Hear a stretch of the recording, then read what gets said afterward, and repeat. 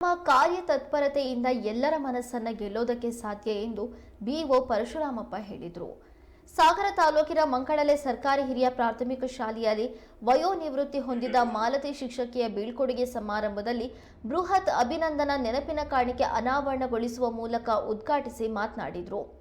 ತಾವು ಗುರುತಿಸಿಕೊಂಡಿರುವ ವೃತ್ತಿ ಸಂಸ್ಥೆಯಲ್ಲಿ ತಮ್ಮನ್ನ ತಾವು ಸಮರ್ಪಣಾ ಭಾವದಿಂದ ತೊಡಗಿಸಿಕೊಳ್ಳಬೇಕು. ಶಿಕ್ಷಕರು ತಮ್ಮ ಕಾರ್ಯವೈಖರಿಯಿಂದ ಮಕ್ಕಳು ಹಾಗೂ ಪೋಷಕರ ಮನಸ್ಸು ಗೆಲ್ಲೋದಕ್ಕೆ ಸಾಧ್ಯ.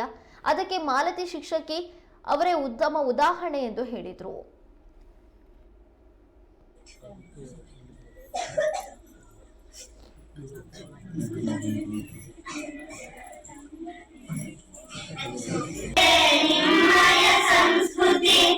ನುರಿತ ಪರಿಣತ ಶಿಕ್ಷಕಿ ಮಾಲತಿ, ಮಾತೃ ಹೃದಯವೇ ನಿಮ್ಮಯ ಸಂಸ್ಕೃತಿ.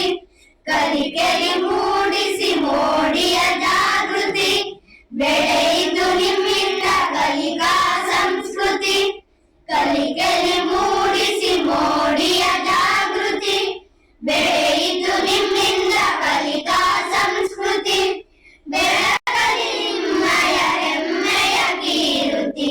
ಸ್ಮೃತಿಯಲ್ಲಿ ಶಾಶ್ವತ ನಿಮ್ಮಯ ಆಕೃತಿ, ಬೆಳಗಲಿ ನಿಮ್ಮಯ ಹೆಮ್ಮೆಯ ಕೀರ್ತಿ.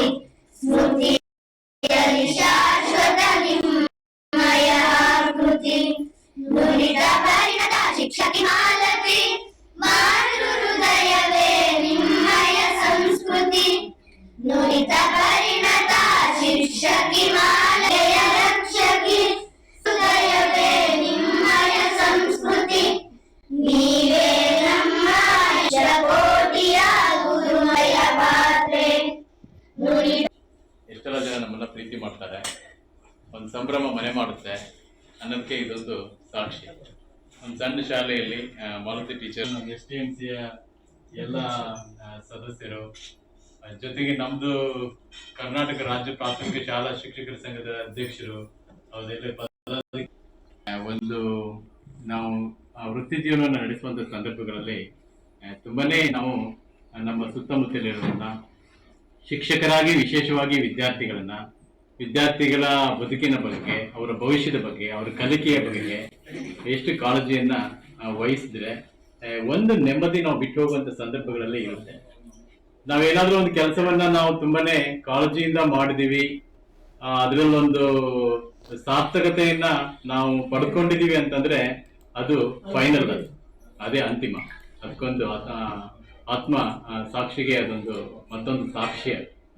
ಈ ದಿಸೆಯಲ್ಲಿ ನಾನು ಈ ಸಂದರ್ಭದಲ್ಲಿ ಮಾಲತಿ ಟೀಚರ್ ಏನು ಅನೇಕ ವರ್ಷಗಳ ಕಾಲ ಇಲಾಖೆಯಲ್ಲಿ ಶಿಕ್ಷಕರಾಗಿ ಕಾರ್ಯನಿರ್ವಹಣೆ ಮಾಡಿ ವಿವಿಧ ಶಾಲೆಗಳಲ್ಲಿ ವಿವಿಧ ವಿದ್ಯಾರ್ಥಿಗಳಿಗೆ ಈ ಅಕ್ಷರಗಳನ್ನು ಕಲಿಸಿದ್ದಾರೆ.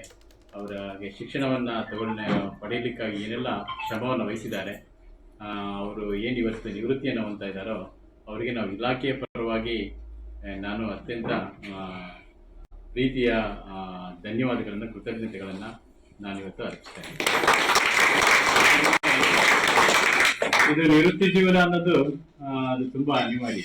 ವೃತ್ತಿ ಜೀವನಕ್ಕೆ ನಾವು ಒಂದು ದಿವಸ ಕಾಲಿಡ್ತೇವೆ. ಅದು 21ನೇ ವರ್ಷದಲ್ಲೋ, 25ನೇ ವರ್ಷದಲ್ಲೋ, 27ಕ್ಕೆ, ಕೆಲವರು ಅನೇಕ ವರ್ಷಗಳಲ್ಲಿ 30ರ ಕೆಳಗಡೆ ಇದ್ದಾಗಲೇ ನಾವು ವೃತ್ತಿ ಜೀವನಕ್ಕೆ ಸಾಮಾನ್ಯವಾಗಿ ಬರ್ತೀವಿ. ಬಂದ ನಂತರದಲ್ಲಿ ನಮಗೆ ಅನೇಕ ಸ್ಥಳಗಳಲ್ಲಿ ಕೆಲಸ ಮಾಡಲಿಕ್ಕೆ ನಮಗೆ ಅವಕಾಶ ಸಿಗುತ್ತೆ.